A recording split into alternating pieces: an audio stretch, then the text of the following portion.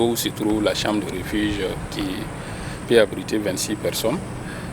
Il faut dire que cette chambre de refuge se trouve dans la strate 580. Et depuis le début, le gouvernement a diligenté une équipe technique dont je suis le premier responsable au niveau de la mine ici. Chaque jour, nous suivons de près ce processus de pompage pour nous assurer que c'est diligenté comme nous le souhaitons. Par rapport au pompage, il y a un système assez complexe avec des lignes de pompage qui assurent le pompage et qui nous permet d'avoir vraiment des débits qui, actuellement, nous sommes dans une moyenne de près de 3 millions de mètres cubes par jour. Voilà. À ce jour, nous avons une baisse du niveau initial de l'eau qui était au niveau de 520. On a une baisse verticalement de plus de 34 mètres.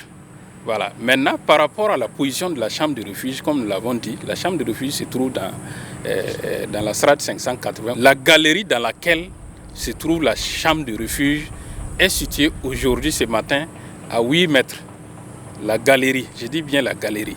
Et la chambre de refuge, le toit de la chambre de refuge, même aujourd'hui, nous avons, avec les données que nous avons reçues ce matin, est à 10 mètres.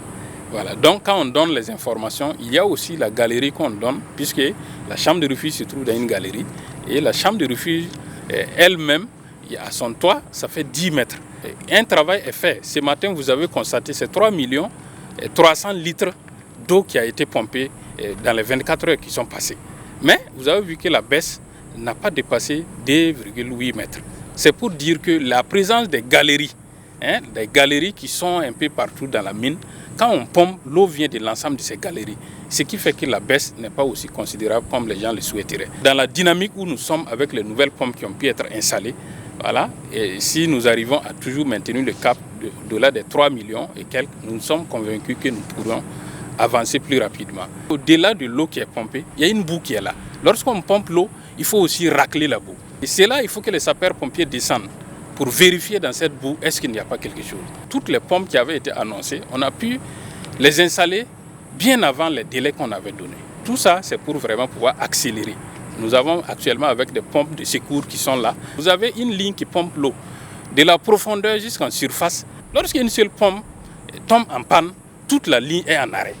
Ça, c'est des éléments aussi qu'il faut prendre en compte, qui ne facilitent pas souvent aussi ce processus de pompage. Nous pouvons dire aujourd'hui qu'avec les nouvelles pompes, on a quand même beaucoup de chances que le pompage puisse rester continu jusqu'à pendant longtemps. Au-delà de la chambre de refuge, il faut qu'on ait une vision qui puisse pomper toute l'eau. Parce que nous n'avons pas une garantie parfaite que tous les mineurs ont pu rejoindre la chambre de refuge. Et nous sommes là pour que nous puissions aller jusqu'à la fin. Et notre espoir est que tous les 8 puissent être retrouvés dans cette chambre de refuge. Mais tout notre espoir est qu'on puisse les retrouver vivants.